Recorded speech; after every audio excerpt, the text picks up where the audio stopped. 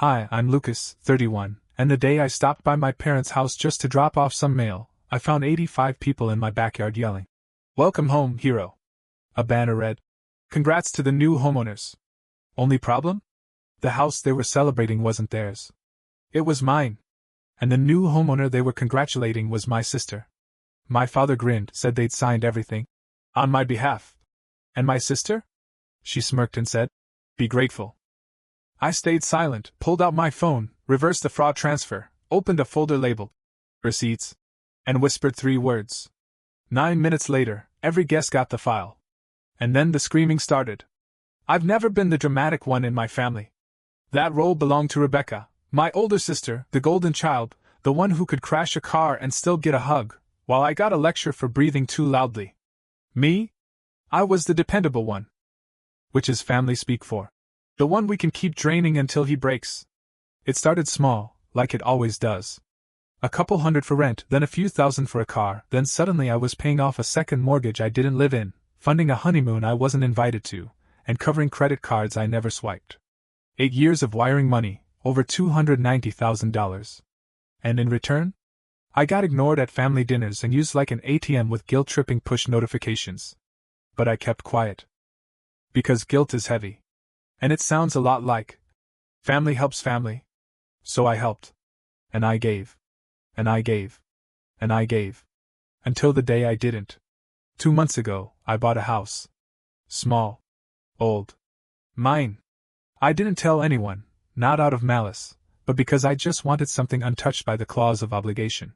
I moved in quietly, box by box, no announcement, no posts. I wanted a start that belonged only to me. But somehow, Rebecca found out. She always does. And the next call I got from Mom was sugar-sweet on the surface, with a poison-filled center. "We're so proud of you, honey. A house? That's wonderful. So we were thinking maybe Rebecca could move in."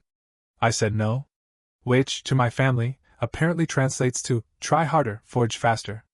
Because today, I swung by their place to drop off mail, and what do I find? A full-blown party in my backyard. Neighbors clinking glasses. A grill fired up. Balloons on the fence.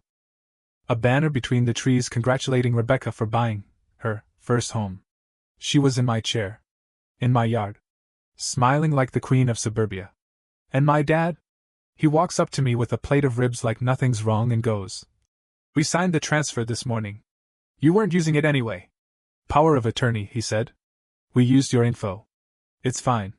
You're still renting that apartment, right?" I asked if he forged my signature. He said, "It's not stealing, we're family." That's when something in me snapped. Not loud. Not angry. Just cold. Clear. I opened my phone. Reversed the transfer. Flagged the fraud. And then sent a file to every email I had ever collected. Bank transfers. Receipts. Checks. Over $290,000 in 8 years. The moment I hit send, I didn't stay to watch the explosion. I walked to my car. Parked 3 blocks away. Sat behind the wheel. And waited. 9 minutes. Then the messages started flooding in. By the 10th message, my phone started to heat up. By the 20th, it froze. I didn't touch it. I didn't need to. I already knew what was happening 3 blocks away. Somewhere in my parents' backyard, someone was opening that file. Then someone else. And another. And within seconds, the volume dropped. Not the music, that was still playing on autopilot, but the voices. The laughter. The fake congratulations. People were staring at their phones. Then at Rebecca. Then at my father. At my mother. And Rebecca? I imagine she smiled through it at first, like she always does when she's caught lying, smiling too hard, lips too thin, eyes darting just a little too fast. She probably said something like, "It's a joke. A misunderstanding. Lucas is just being dramatic." But there's only so many years of cancelled checks and line-by-line bank transfers you can explain away. You can't misunderstand someone paying your car insurance for 6 years. Or wiring your landlord $5,000 while you're posting beach selfies from Cancun. 9 minutes after I sent that file, my silence became evidence. 10 minutes in, my phone rebooted itself. When it lit back up, the first call was from my mom. I let it ring. Then my dad. I declined. Then Rebecca, twice in a row, third time through FaceTime. She wanted to be seen. I declined again. That's when the text turned. From Rebecca. What the hell, Lucas? Are you trying to ruin me? From Mom. Sweetheart, this isn't how we fix things. Please call me. People are leaving. From Dad. Get back here now. This isn't funny. You're humiliating your sister in front of the entire neighborhood. Humiliating her? They just tried to steal my house. With a banner. I drove to my apartment in silence. My hands were steady. My heart wasn't pounding. I wasn't even angry. I was past anger. It's like the part of me that used to panic, the one that used to ask, what if they stopped loving me, had finally died in that backyard. When I got home, I turned off my phone again, poured a drink, and opened my laptop. Just curious, I searched my full name and address. Nothing yet. No online drama. Good. I didn't want public revenge. I just wanted distance. Peace. The next morning, my phone had 61 missed messages. 23 voicemails. A handful from my aunt, a cousin or two, even a neighbor. But I wasn't reading them. Not yet. Instead, I called the title company. I spent the next 2 hours confirming everything. The transfer was frozen. Rebecca's claim was dead in the water. The property was still mine. There'd be an official fraud investigation, but I had all the proof they needed, more than they were used to seeing, in fact. Then I called the bank. They pulled up my account, flagged recent activity, and scheduled a fraud report review for Monday. They froze any attempts to access shared points. I authorized everything. Finally, I called a lawyer. David Chen. I had his card from a minor contract dispute years ago. Smart guy. The kind of smart that doesn't smile unless he's about to ruin someone's week. I like that about him. Let me guess, he said, half joking. Family. Yeah, I said. They stole my house. He didn't laugh. I told him everything. The forged signature. The power of attorney claim. The file I sent to 85 people. By the time I finished, he let out a slow breath. You've got a case, he said. A good one. If we move fast. I emailed him the entire folder. The receipts, the transfers, the statements. You kept everything? He asked. Every cent, I said. Every bill I paid. He whistled low. You're either brilliant or psychic. Just tired, I said. He didn't argue. By Monday morning, my parents had tried to call me 27 times. Rebecca had sent a voice message that was 2 full minutes of insults, half sobs, and something about how. This is why no one wants to deal with you. I didn't reply. I was in David Chen's office, sitting across a sleek glass table covered in copies of my financial history, 8 years of playing the invisible provider laid out in color-coded folders. It was the first time anyone had looked at it like it mattered. David leafed through the pages, nodding occasionally, making sharp notes in the margins. Then he looked up. This isn't just fraud, he said. This is financial abuse. Documented, repeated, and deliberate. He slid a typed sheet toward me. Cease and desist. With a few additions. They were to have no further contact with me. They were to make no further claims to my property. Any attempts to defame or manipulate the situation publicly would result in immediate legal action. They'll back off, he said. They always do once it gets real. I signed it. That afternoon, the document was delivered via courier directly to my parents' front door. I knew because David had it tracked. My father signed for it at 9:47 a.m. I almost felt bad for the courier. Almost. That night, my phone rang. Unknown number. I let it go to voicemail. Then it rang again. And again. By the 5th time, I picked up, already bracing myself. Lucas. My mother's voice was shaking. Please. We need to talk. This has gone too far. I didn't speak. We made a mistake. Your father knows it. I know it. Rebecca, well, she's hurt. She didn't think you'd react like this. You stole my house, I said flatly. We didn't steal it.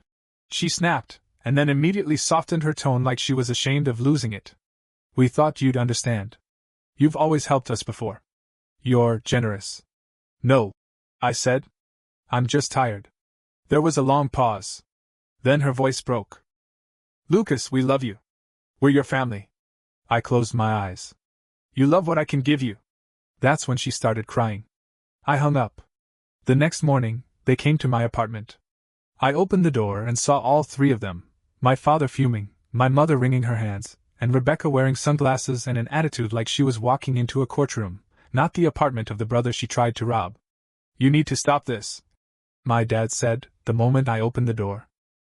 "You're tearing this family apart." I didn't even blink. "You already did." My mom took a step forward. "Lucas, please. Let's just sit down and talk. No lawyers.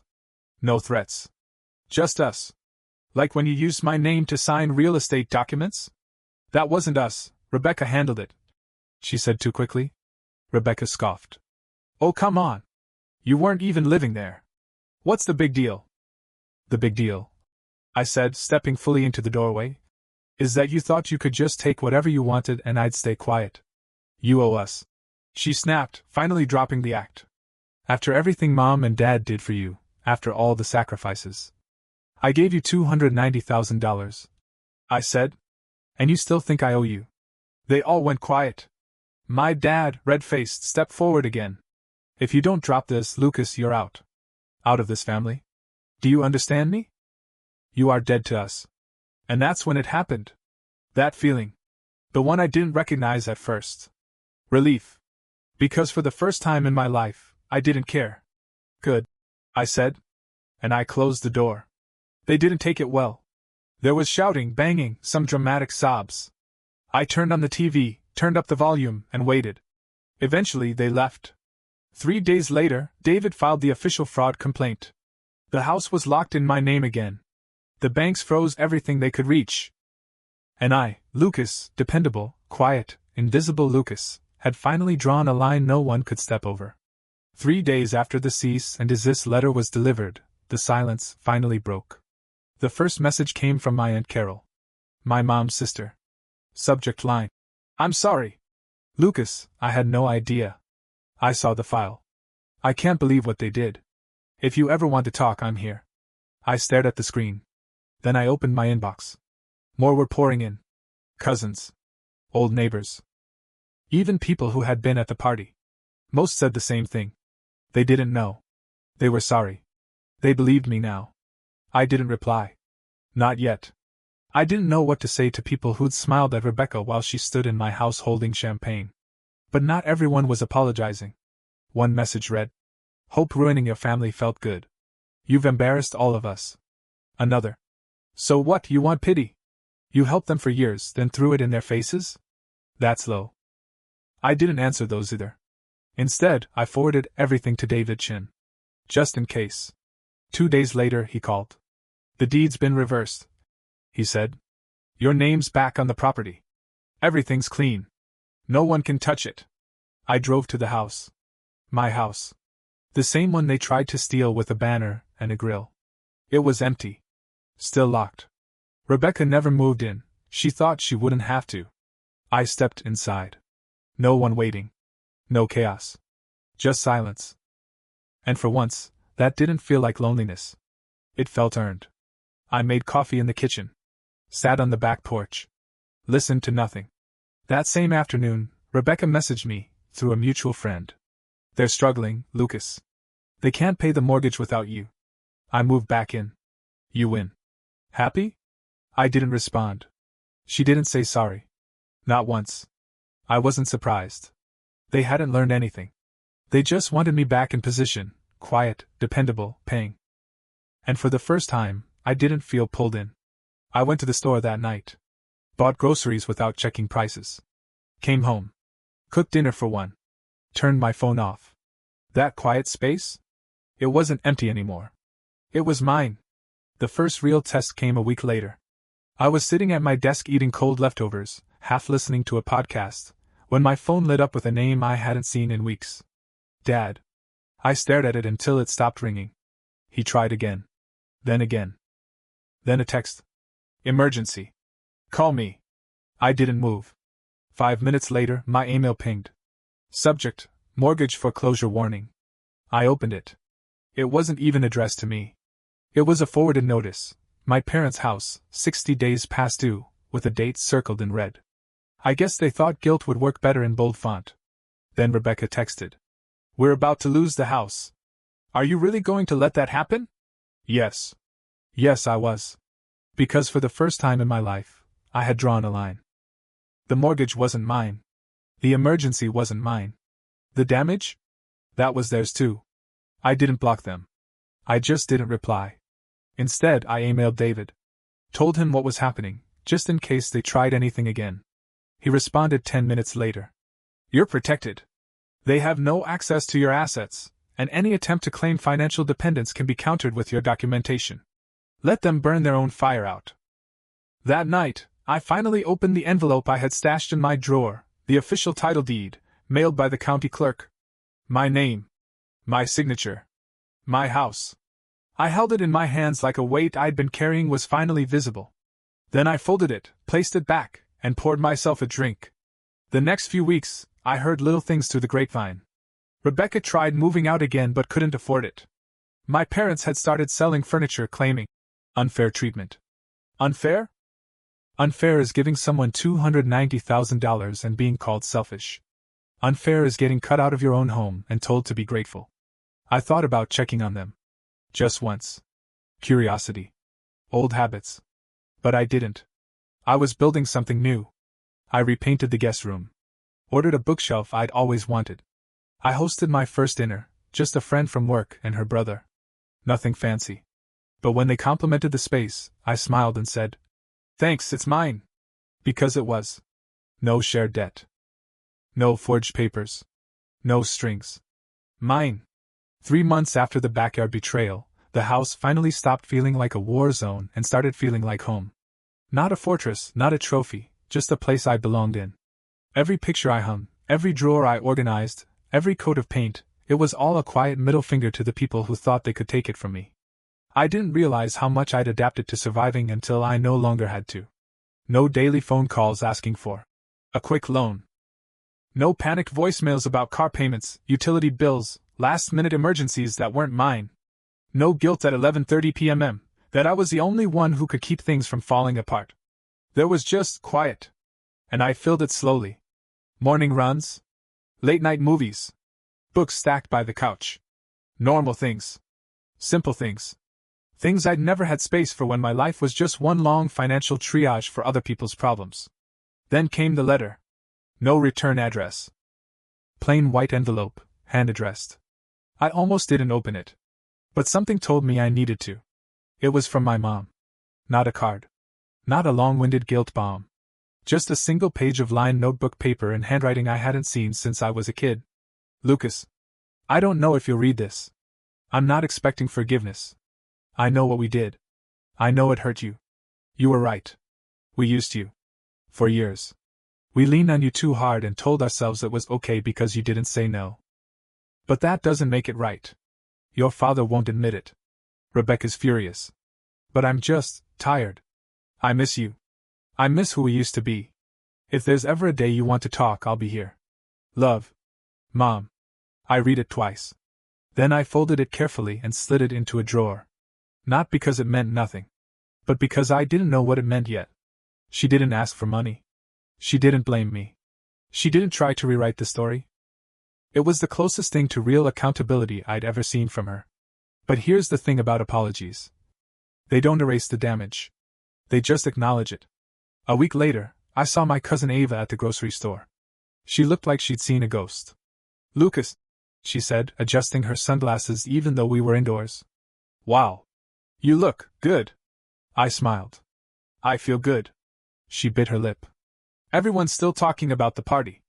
About the file. About what happened after." I waited. She leaned in. "You scared them. You know that, right?" "I wasn't trying to scare anyone," I said. "Just trying to protect what's mine." "Yeah." She nodded, eyes wide. "Well, it worked." Apparently, after the cease and desist and the county's fraud investigation, people had distanced themselves from my parents. Not in dramatic ways. Just subtle things.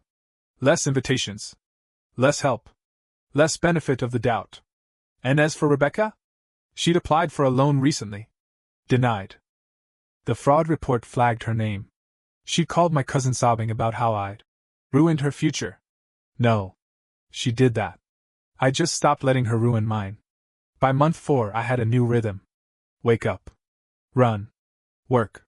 dinner with friends, occasional weekend hikes. A life without hidden tabs open in the back of my mind labeled Rebecca's car payment, or Mom's overdue balance.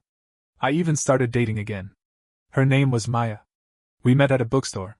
She asked what I did. I told her the truth. Finance. But I'm in recovery from being the family bank. She laughed. On our third date, she came over. As we sat on the porch with wine and music playing low, she asked me if I had any siblings. I paused. I used to. She didn't push. She just nodded. That's how I knew she was different. I didn't hide the past. But I didn't live in it anymore either. It wasn't who I was. Not the bitter brother. Not the obedient son. Not the invisible wallet. Just Lucas. 31. Homeowner. Free. 6 months to the day since the backyard party. I sat on my porch with the coffee in one hand and the house deed in the other. The sun was coming up over the trees, painting the sky that soft orange that makes even old shingles look like something out of a magazine. It was quiet, the kind of quiet that only belongs to people who no longer owe anyone anything. I hadn't heard from my father since the last time I closed the door in his face. Not a call, not a text, not a whisper. Not even a forwarded bill. Rebecca tried one more time. She emailed from a new account, probably after I blocked the last 5. The subject line just said, Olive branch. I didn't open it. Because the thing about olive branches is, they still come from the same tree that used to hit you. Instead, I focused on rebuilding something they'd never valued, myself. I took a promotion at work. Something I used to avoid because I worried the extra income would just go to my parents anyway. Now, I used it to build a proper savings account, for me. I got dental insurance. Started therapy. Bought a bike. Maya and I kept seeing each other. She never once asked me for anything I wasn't ready to give. No guilt, no pressure, no. What if you just talked to them? She just showed up with a 6-pack and an open mind and listened. And in her silence I healed. One day she asked, Do you ever think you'll talk to them again? I was quiet for a moment. Not because I didn't know the answer, but because I did. No. I think that chapter's closed. Even if they change? I smiled. They'd have to become people they've never been. And that's not my project. Because that's what took me the longest to learn. You can spend your whole life trying to fix people who don't want to be fixed. Carry them. Fund them. Forgive them. And they'll still take your house, hang a banner, and call it love. Family, real family, doesn't ask you to disappear to prove you care. I stopped measuring love by how much pain I could survive. And once I stopped doing that, a funny thing happened. I didn't feel lonely anymore. I made new connections. People who didn't know me as the responsible one, or the ATM. Just Lucas. A guy with a weird laugh, too many spreadsheets, and a coffee habit bordering on clinical. I hosted my first real Thanksgiving that year. No drama. No demands. Just 6 people around the table, laughing over cheap wine and burnt stuffing. And as I passed the mashed potatoes, I caught myself smiling at how ordinary it all felt. No one needed anything from me. No one expected me to rescue them. We were just together. Because we wanted to be. And isn't that what family's supposed to be? I still get updates about my parents through the grapevine. The house I used to help them pay for? Foreclosed. Rebecca's credit? Tanked. They moved to a smaller place out of state. Word is, they blame me for everything. I'm fine with that. Because I don't owe them forgiveness. I don't owe them reconciliation.